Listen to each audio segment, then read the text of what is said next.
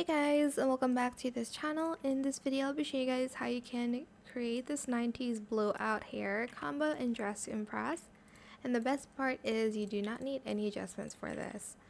So for the hair, we're going to grab this hair. You can color it whatever color you want.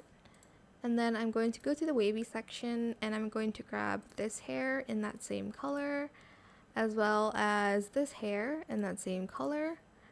Go to bangs and I'm going to grab this in that same color.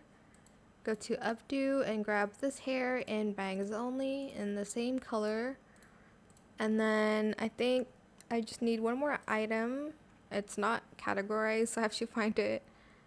It is this one in the same color as well. And that is pretty much it. Super simple, and you don't even need adjustments for it.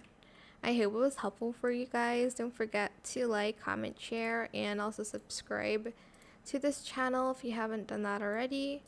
If you have any more questions about this video, just leave it in the comment section down below. I will try my best to answer them all for you guys. And if you found this video helpful, please click the thanks button as well. I forgot to mention some stuff, but that is it. Thank you so much for watching. Bye.